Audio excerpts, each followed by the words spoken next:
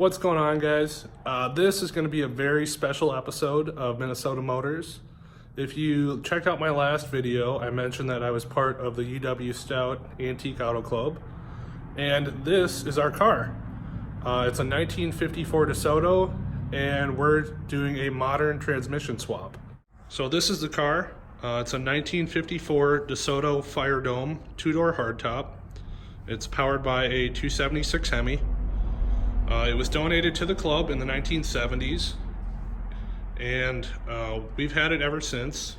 It sat for a few years without an engine, roughly 2011 to 2014, maybe a little longer. And between 2014 and 2016, I helped put an engine in it and get it back on the road. This is the engine. It's a 276 cubic inch DeSoto Hemi. It's very small, doesn't make a lot of power. And then over here is the transmission that we're replacing. This is a 2-speed Powerflite. It's been leaking since the 1990s. It was rebuilt once and kept leaking, and we've just had a ton of issues with it. So we've decided we want to do a modern transmission swap. We're debating between doing either a Turbo 350 or a 727. We know the Turbo 350 is going to fit because we've talked to the company that makes the adapter, and they've installed one, and they also make an adapter for a 727, which is a Mopar transmission instead of the GM Turbo 350. And we also have access to a free 727. So tonight we're going to mock up a 727 and hope it fits, and that's the one we'd really prefer to do. So let's see what happens. There's a lot involved with this kind of swap. As you can see, we've already pulled the engine and transmission out, and we've also started cleaning up the inner fenders since we didn't do that last time. But it's going to require a small block Mopar starter that'll bolt up to the adapter in the bell housing, and that's 12 volt and negative ground. Right now the car is positive ground. It's 12 volt because it's been converted, but originally it was 6 volt positive ground. So we're going to need to do some rewiring on the car. We don't want to mess with the original transmission at all, or we just want to save it and hopefully it could be rebuilt someday. So we're also not messing with the original cross member. We're going to keep that and just hang on to it. So we're going to have to fabricate a cross member. We're also going to have to create a drive shaft. Probably want to install some sort of transmission cooler, and we also need to figure out the alternator or the generator. Here's the generator right here, and it runs the power steering right now, so that's something we're gonna have to figure out. Vincent just showed up with the 727 that he's donating. So similar size bell housing. I'd say it's a slightly smaller transmission, a little bit longer tail housing. And this right here, that drum is the parking brake, so we're gonna have to figure something out there. But it's about the same size, maybe a tad smaller, so I think it'll fit. But we just want to make sure and mock it up first before we go and order this like very expensive bell housing adapter.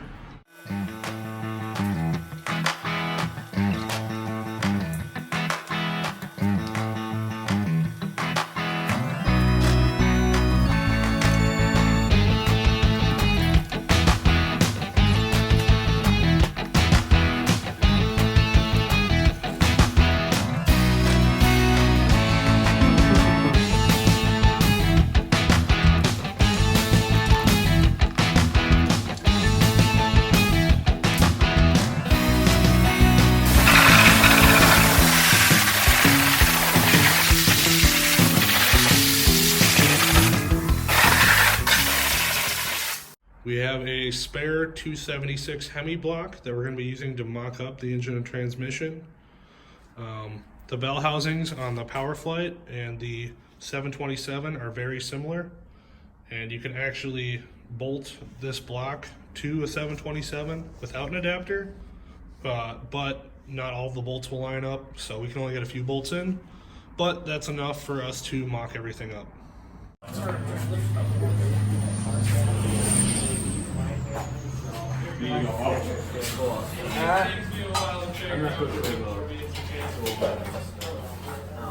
Alright, you're probably good. Yep. Yep, bring her in. Come down. Don't let her down too much, touch. otherwise we'll drop the tranny pan on The engine mounts in. Yeah. We can go in. There you go. There you can probably drop it down a little. It's slowly coming down a little bit. Alright. Hey, Joey, can you push somebody come on this side and push the engine hoist underneath the car? Okay.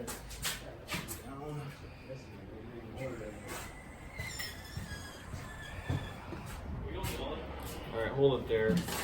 You gotta get. Alright, we got the engine in. Looks like it's going to fit with this transmission. Plenty of clearance. I think we're going to go with the 727. Okay, it's been a few weeks since we mocked up the engine and transmission, and our adapter from Hotheads just showed up. So this is it.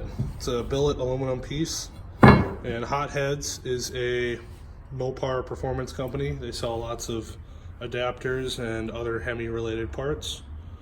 I think they made this to order because they didn't have any in stock when we called, and then it arrived like a few days later. So I'm guessing they made it the same day.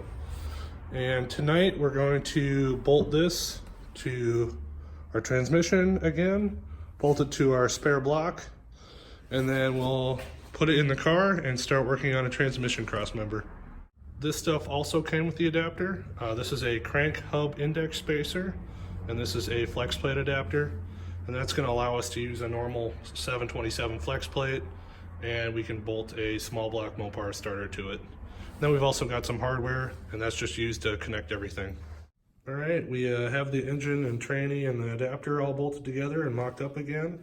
Unfortunately, I had to work on a final project, so I wasn't able to film any of it. We tried bolting the starter in, and it looks like there's going to be some interference with the steering box right here. So we're going to be ordering a clockable mini starter, and hopefully that'll solve that problem. We also had the engine completely rebuilt. Last time when we put the engine in the car, we just had the heads rebuilt. So this should definitely run a lot better and make some more power, hopefully. So that's where we are right now. We still need to figure out that mini starter and create a transmission mount. And it's winter break right now, so no one's in town. So I'm gonna call it for this video. And if you haven't seen any of my other videos, check out my truck build. I should be working on that pretty soon again. So thanks for watching, and I'll see you guys next time.